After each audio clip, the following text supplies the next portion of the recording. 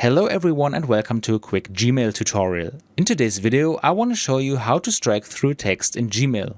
This is actually quite simple and I will also show you the shortcut for this. First I open Gmail and here I have already prepared an email. It doesn't sound so nice at the moment, so I want to strike through a few words. So I select the word that I want to strike through in Gmail.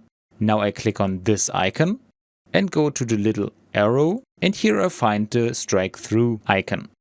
I click on it and my text is crossed out. I do the same with this word so that the message sounds a lot nicer, and maybe you have already seen the shortcut. It's Alt Shift and 5, and now my message sounds wonderful.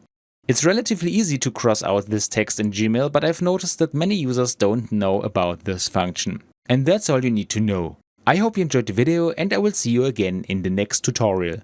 Until then, your tutorial guy. Bye.